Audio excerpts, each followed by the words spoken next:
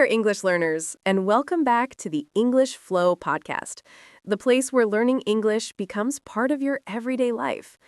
I'm Lucy, and today's episode is all about something that can truly transform the way you speak: confidence. That's right, Lucy.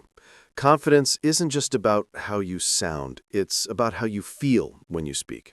Many English learners know the grammar, they know the words, but when it's time to talk, suddenly everything disappears. Exactly.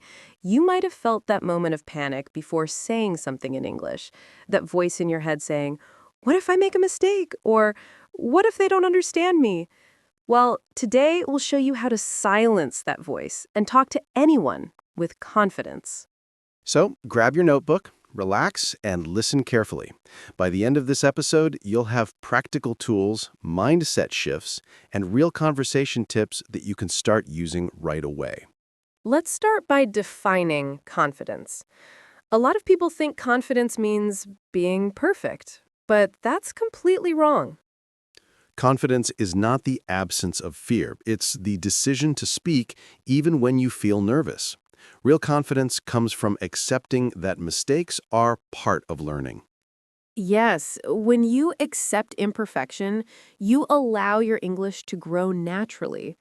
Think of it like learning to ride a bike. You wobble at first, but each time you try, you improve. And here's something powerful. Even native speakers get nervous. The difference is they don't let fear control them. They keep talking. That's such an important point. So, if you've ever hesitated because you thought your English wasn't good enough, remember, confidence begins when you stop trying to be perfect and start trying to connect. Lucy, you once said something that stuck with me.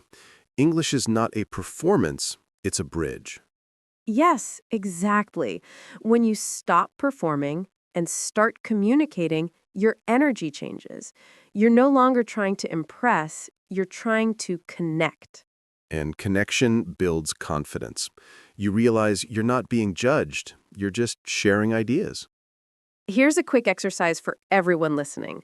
Next time you talk to someone in English, before you speak, take a small breath and tell yourself, "I'm here to connect, not to impress." It instantly calms your mind. I love that. It's simple but powerful because confidence always begins in the mind before it shows in your voice. Now let's talk about something practical: how to start and continue a conversation with ease. One of the biggest challenges English learners face is not knowing what to say after, "Hi, how are you?" They panic and freeze. Yes, and that's why preparation helps. Before you go out or join a meeting, think about 2 or 3 simple topics you can talk about, like something funny that happened at work, a movie you watched, or a new cafe you visited. That's what I call a conversation toolbox. You don't need hundreds of topics, just a few ready ideas to keep you confident and relaxed. And if you're caught off guard, just comment on something around you. For example, "This place has such nice lighting," or "The music here is really relaxing." Small, simple sentences can start natural conversations. Exactly. You don't need fancy words. Real confidence lives in simple English spoken clearly and kindly. Now, here's the truth. You can't think your way into confidence. You have to practice your way into it. Yes, you build confidence by speaking again and again. It's like exercising a muscle. The more you use it, the stronger it becomes. And practice doesn't have to mean long conversations, just short daily moments, greeting a neighbor, asking for directions, or ordering food in English.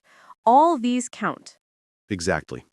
Every small conversation is a step forward. Even if you make mistakes, you're still learning faster than if you stayed silent. Remember this line: every mistake is a sign of progress. The people who improve the fastest are the ones who are brave enough to speak, even imperfectly. Here's something many learners forget. Good speakers are also good listeners. That's true. When you listen with intent, meaning you listen to understand, not just to reply, conversations flow naturally. Exactly. And when you listen carefully, you notice emotions, tone, and small details that help you respond better. It's like reading between the lines. You can even use mirroring, repeating small parts of what someone says to show you're engaged. For example, if someone says, I finally started my new job, you can reply, Oh, your new job. How's it going so far? It's simple but effective. It keeps the conversation alive and makes the other person feel heard. Now, there's one more skill that confident people have. They know how to end a conversation politely. Yes, this part is often overlooked. You don't have to walk away awkwardly or make it seem abrupt. Just close the conversation with warmth. For example, it was great talking to you. I should get going now. Or, I really enjoyed our chat. Let's talk again soon. That's perfect. It shows respect and leaves a positive final impression. Confidence isn't just in how you start, it's also in how you finish. Before we wrap up, let's go through a few useful words and expressions from today's episode. Intimidating, something that feels scary or difficult. For example, speaking to new people can feel intimidating at first. Mindset, the way you think about something. For example, a confident mindset makes learning easier. Caught off guard, surprised by something unexpected. For example, I was caught off guard when my teacher called my name. Mirroring, repeating someone's words or emotions to show understanding. For example, mirroring what others say helps build connection. Gracefully, in a kind and polite way. For example, she ended the meeting gracefully and left a good impression. Great list, Lucy. Listeners, make sure to note these down and try using at least 3 of them in your next conversation. And that's it for today's episode of the English Flow podcast. Remember, confidence isn't about never feeling nervous. It's about speaking despite it. Exactly. Every time you start a conversation, you're training your confidence muscle. So keep practicing, keep connecting, and keep flowing with your English. Don't forget to check out the free PDF guide linked below. It includes today's key phrases, mindset notes, and practice tips. Thanks for tuning in.